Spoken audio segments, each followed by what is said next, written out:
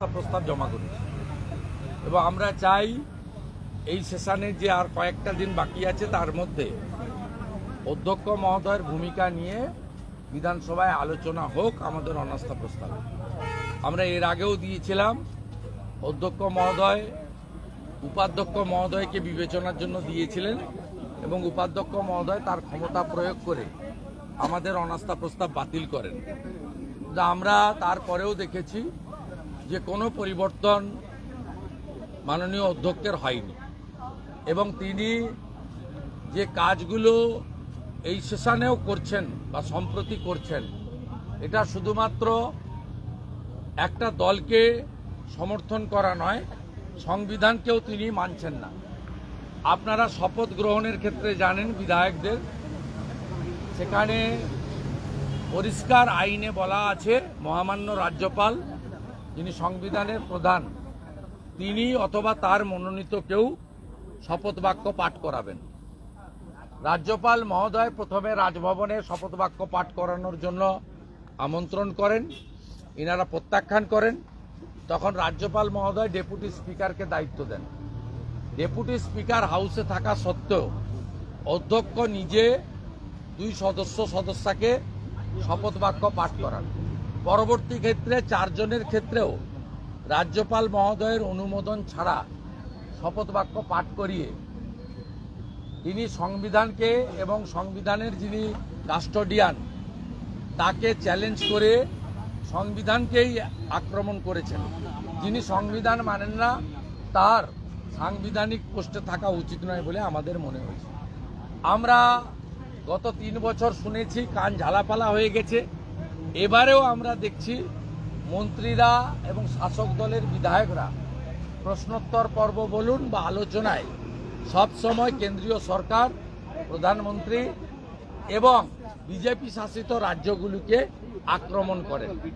আমরা গুরুত্বপূর্ণ যে বিষয়ে মুলতুবি প্রস্তাব এনেছিলাম, একটা হলো কোচবিহার, চাপড়া, আড়িয়াদহ সহ পশ্চিমবাংলায় মহিলাদের উপরে তালিবানি কায়দায় মধ্যযুগীয় বর্বরতা। সেখানে পুলিশ মন্ত্রীর কোনো স্টেটমেন্ট আমরা পেলাম না, সেখানে আলোচনার সুযোগ পেলাম না, অথচ মুখ্যমন্ত্রী একটা অসত্যকে প্রচার করার জন্য কালকে বিধানসভাকে ব্যবহার করলেন এবং কালকে কোশ্চেন অ্যান্ড অ্যান্সার বন্ধ রেখে উনি সকালবেলা ফোন করে বললেন বিমানদা আমি যাচ্ছি, সঙ্গে সঙ্গে বিমানদা প্রশ্নোত্তর পর্ব বন্ধ করে দিলেন এবং লজ্জার মাথা খেয়ে মাননীয় প্রাক্তন মন্ত্রী, একাধিকবার বিধায়ক বিশ্বনাথ চৌধুরী, তার প্রয়াণে যেদিন কোনো প্রাক্তন মন্ত্রী, প্রাক্তন সদস্য বা বর্তমান সদস্য মারা যান, সেক্ষেত্রে তার পরের ওয়ার্কিং ডেতেই বিধানসভা অবিচুয়ারি করে মুলতবি হয়। যেহেতু কাল সকালবেলা মমতা ব্যানার্জি বলেছেন বিমানদা আমি যাচ্ছি, তাই কালকে অবিচুয়ারি হলো না। আজকে যেহেতু বিরোধী দলনেতা মেনশনে জমা দিয়েছিলেন যে schedule caste, schedule tribe, OBC, EWS এবং ফিজিক্যালি চ্যালেঞ্জ যারা পশ্চিমবঙ্গে হক যারা চাকরিতে সংরক্ষণের হকদার, তাদেরকে এই সরকার কন্ট্রাকচুয়াল জবে 100 রোস্টার মানছে না। সম্প্রতি পঞ্চায়েত ও গ্রামোন্নয়ন দপ্তর 6600টা পোস্ট নেবে বলে জেলায় জেলায় সিলেকশন কমিটি করেছে, সেখানেও রিজার্ভেশন দেওয়া হয়নি। এই সরকার ওবিসি নিয়ে এমনিতে আইনি জটিলতা তৈরি করেছে, তাই যতক্ষণ না সেই জট মুক্তি হচ্ছে ততক্ষণ পশ্চিমবাংলায় কোনো নিয়োগ হবে না। এটা একবারে দিনের আলোর মতো পরিষ্কার। সেই কারণে এরা পিছনের দরজা দিয়ে কন্ট্রাকচুয়াল নিচ্ছে। কন্ট্রাকচুয়াল নিতে গিয়ে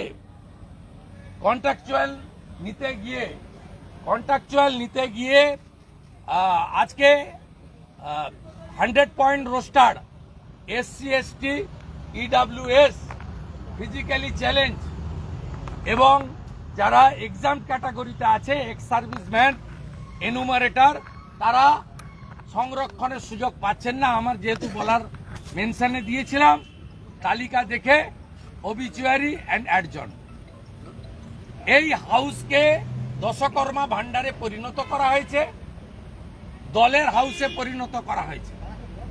আমরা ফিরহাদ হাকিমের সাম্প্রদায়িক মন্তব্যের প্রতিবাদ করেছিলাম, আমাদের অ্যাডজর্নমেন্ট মোশন পড়তে দেওয়া হয়নি, উল্টে আমাদের প্রতিবাদ শাউটিং স্লোগানকে বাধা দেওয়ার জন্য মেনশনে 2 মিনিটের বেশি বলার সুযোগ কেউ পান না। শ্যামল মণ্ডলকে 12 মিনিট, অপূর্ব সরকারকে 10 মিনিট ধরে স্পিকার নির্মল ঘোষের সঙ্গে পরামর্শ করে বক্তব্য চালিয়ে যেতে বলেন। নির্লজ্জের মতো একটা চোখ বন্ধ রেখে একটা চোখ খোলা রেখে যে কাণ্ড কারখানা তিনি করছেন, বিধানসভার রুলস, সংবিধান, গণতন্ত্র, হাউস বিলংস টু অপোজিশন, আর দিব্যি ছিন্নমূলের ঘাসফুল মার্কা প্রতীক গলায় ঝুলিয়ে লোকসভা ভোটে প্রচার করে বেড়াচ্ছেন দাঁত কেলিয়ে সুমন কাঞ্জিলাল, তাকে বেমালুম বলছেন বিজেপি সদস্য, তিনি বক্তৃতা রাখছেন। যাহা মুখ্যমন্ত্রী তাহাই বিমানদা, কয়েনে রেপিট আর ওপিট। তাই এই অধ্যক্ষের অপসারণ চাই, এই দলতন্ত্রের হাত থেকে মুক্তি চাই। মুখ্যমন্ত্রী প্রচন্ড কান্নাকাটি করছেন, সংবাদ মাধ্যমে দেখলাম যে লোকসভার অধ্যক্ষ সাংবাদিকদের অধিকার খর্ব করছেন। ছাতা হাতে ধরে বিরোধী দলনেতা হাউস চলাকালীন পিচ রাস্তায় দাঁড়িয়ে সাংবাদিক সম্মেলন কেন করছেন? নিজের মুখটা আয়নায় দেখছেন মাননীয় মমতা ব্যানার্জি? এই যে গ্লাসের ঘরে ঢুকিয়ে দিয়েছেন, এটা কি পিঞ্জরে মে বাঁধায় খাঁচা? আগে নিজের মুখটা আয়নায় দেখুন। আপনার কোন সচিব নবান্নের বিট করা সাংবাদিকদের সঙ্গে কথা বলতে ভয় পায়। আপনি বিধানসভায় সাংবাদিকদের খাঁচার মধ্যে পুরেছেন হাউস চলাকালীন। আমি বাম আমলের বিধায়ক 2006 বুদ্ধবাবু লবিতে ভিতরে হলে বুম নিয়ে ক্যামেরা নিয়ে ঢুকতে দিতেন, শুধু হাউস চলার সময় নয়, হাউস বন্ধের সময়। বুদ্ধবাবু এখনো সুস্থ আছেন, তার কাছ থেকে গিয়ে মমতা ব্যানার্জি একটু পাঠ নিয়ে আসবেন যে বিধানসভাটা কেমন ভাবে চালিয়েছিলেন তিনি। অনুব্রত মণ্ডল গরু পাচার মামলায় আছে, সুপ্রিম কোর্টে জামিন পেয়েছে। এটা টেকনিক্যাল গ্রাউন্ড, লিগ্যালি কেন পেয়েছে আলাদা কথা, তবে বেরোনোর কোনো সুযোগ নেই। ইডির মামলাতে আছে এবং আমরা যেটা কনভেনশন বা দেখেছি, আমাদের অভিজ্ঞতা, আমরা লয়ার নই, এজেন্সিরও কেউ নই, তাতে সিবিআই মামলাতে অনেকদিন জেলে থাকার পরে বেল পেয়ে যায়, ক্রিমিনাল অফেন্স। কিন্তু পিএমএলএ মানি লন্ডারিং এর ক্ষেত্রে বেরিয়ে আসা খুব মুশকিল, যেটাতে ভাইপো আছে। ভাইপোর লিপস অ্যান্ড পাউন্সের সম্পত্তিগুলো অ্যাটাচমেন্ট হয়েছে, যার সম্পত্তি অ্যাটাচমেন্ট হয়েছে তার তো ভিতরে থাকা উচিত। অর্থাৎ স্বাভাবিকভাবে পশ্চিমবাংলার দুর্নীতির বিরুদ্ধে যে জনগণ অপেক্ষা করে থাকেন তাদেরকে আমি আশ্বস্ত করতে চাই যে উনি বাইরে বেরোতে পারবেন না। ইডির মামলাতেও উনি অলরেডি ভিতরে আছেন এবং আমার কাছে আমি যেটুকু শুনেছি সংবাদ মাধ্যমের মাধ্যমে বা জনশ্রুতিতে, সেটা হলো মোহাম্মদ বাজারে যে জিলোটিন স্টিক উদ্ধার হয়েছে সেই এনআইএ মামলাতেও অনুব্রত মণ্ডল সরাসরি ইনভলভমেন্ট আছে। আশ্বস্ত থাকুন, আজ সকাল থেকে যা চলছে উল্লসিত আমরা। ভোট লুট যারা করেছে, যারা উত্তর 24 পরগনা থেকে ভাঙড় পর্যন্ত তৃণমূলের যারা ফাইন্যান্সিয়াল সাপোর্ট দেয়, সেই সমস্ত চাল চোর, ডাল চোর, চিনি চোর, গম চোর, সেই চোরেদের বাড়িতে ব্যাপক রেড চলছে। আমরা চাই এদেরকে ভালো করে ধরে রোহিঙ্গাদের মতো খাঁচায় পড়া। আমি নাম শুধু বলবো না, আমি শুধু বলবো জয় জয় শ্রীরাম, জয় শ্রীরাম, চালিয়ে যান।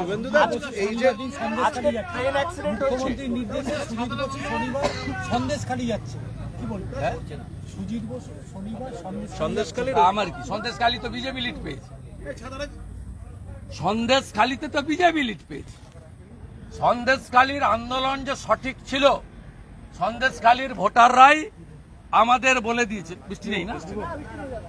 সন্দেশখালীতে বিজেপি 7,000 লিড পেয়েছে।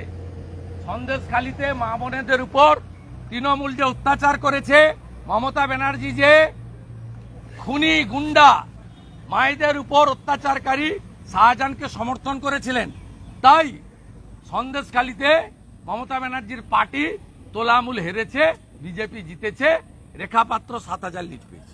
শুনুন, এই যে বারিক ট্রেন দুর্ঘটনা কি বলবেন?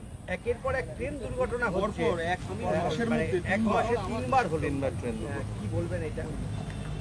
এটা তো কেউ সমর্থনযোগ্য নয়, এবং কেন ঘটছে সেটা দেখা উচিত। যদি রেলের পাটে ত্রুটি থাকে, সেই ত্রুটি মুক্ত হওয়া উচিত। আর যদি কনস্পিরেসি থাকে, করমণ্ডল এক্সপ্রেসে যেভাবে কনস্পিরেসি হয়েছিল, সেটাও চিহ্নিত করে ব্যবস্থা গ্রহণ করা উচিত। এটা কেউ সমর্থন করে না। রেল যাত্রা নিরাপদ হোক, কারণ ভারতবর্ষে যারা বাড়ি থেকে বেরোন তার 70% লোক রেলের উপরে নির্ভর করে। বিধানসভাতে বঙ্গভঙ্গ বিরোধী প্রস্তাব আনার একটা কথা চলছে। সোমবার দিন সেই প্রস্তাব আসতে চলেছে বিধানসভায়। আসলে আসবে, আমরা আমাদের স্ট্যান্ড বলেছি তো কালকে, as a leader of opposition বলেছি, আমরা উত্তরবঙ্গের বঞ্চনা নিয়ে আমরা অত্যন্ত আমাদের কনসার্ন আছে, আমরা চিন্তিত। বাংলাদেশ সীমান্তবর্তী জেলাগুলি থেকে হিন্দু পলায়ন নিয়ে আমরা চিন্তিত। রোহিঙ্গারা ঢুকে পশ্চিমবঙ্গের ডেমোগ্রাফি, জনসংখ্যা বদলে দিচ্ছে। আমরা চিন্তিত 72টা জায়গায় মমতা ব্যানার্জি জমি দিচ্ছেন না বিএসএফকে বেড়া করার জন্য। আমরা এগুলো নিয়ে চিন্তিত, কিন্তু আমরা ভারতীয় জনতা পার্টি ডক্টর শ্যামাপ্রসাদ মুখার্জি 1947-এর 20 জুন এই হাউসে হিন্দুদের জন্য দিয়ে গেছিল পশ্চিমবঙ্গ। এই পশ্চিমবঙ্গ অবিভক্ত থাকবে। এই পশ্চিমবঙ্গে হিন্দুদের সুরক্ষিত এবং উত্তরবঙ্গের বঞ্চনা নিরসন, পাহাড়, সুন্দরবন, জঙ্গলমহলে উপযুক্ত কর্মসংস্থান এবং উন্নয়ন, এটাই আমাদের লক্ষ্য। বাকিটা সোমবার দিন যখন 11টার সময় ডিসকাশন স্টার্ট হবে, আমরা ভারতীয় জনতা পার্টি আমরা আমাদের বক্তব্য রাখব, এবং আমি নিজেও এই রেজুলেশনে আমাদের পার্টির যে স্ট্যান্ড আছে কমপ্লিটলি ক্লিয়ার করব। বারিক বিশ্বাসের বাড়িতে এই যে কেন্দ্রীয় এজেন্সি গেল, কি উনি তো সিআইডির হাতে অ্যারেস্ট হয়েছিলেন, তারপরে কি জামিন রাজ্য পুলিশের ব্যর্থতার জন্যই আবার নতুন? না, আমি সব ইলিগ্যাল টেকনিক্যাল পয়েন্টে যাব না। কিন্তু এটা গেছে রেশন দুর্নীতির জন্য গেছে, রাইস মিলগুলোতে গেছে, related to the Jyotipriyo Mallick এক বাকুবুর রহমান কেস, যেটুকু আমরা দেখেছি, জেনেছি, শুনেছি। এর বাইরে বাকি বিষয় এজেন্সি বলতে পারবে। I am not the representative of the enforcement directorate. I am a public representative. I am the holding the post of the leader of opposition. পশ্চিমবঙ্গের লোক চান এই দুর্নীতিগ্রস্তদের বিরুদ্ধে ব্যাপক অভিযান। তাই যে অভিযান আজ সকাল 5টা থেকে শুরু হয়েছে, এর তীব্রতা এবং গতি আরও বাড়ানো হোক।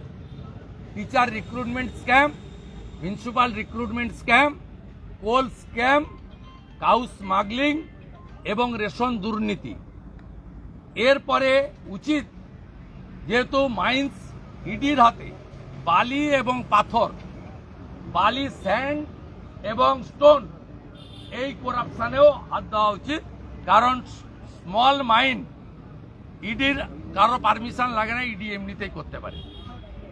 আরও ইডির দেখা উচিত 2020 সালে কোভিডের সময় পিএম কেয়ারের টাকা নিয়ে কোভিডে যে দুর্নীতি হয়েছে, কোভিডে যে ইকুইপমেন্ট পারচেজে দুর্নীতি হয়েছে, যে দুর্নীতির জন্য আলাপন বন্দ্যোপাধ্যায়ের তদন্ত রিপোর্ট মুখ্যমন্ত্রী চেপে দিয়েছেন, যে দুর্নীতির সঙ্গে যুক্ত তৎকালীন স্বাস্থ্যের জয়েন্ট সচিবকে পিএসসিতে বদলি করা হয়েছে।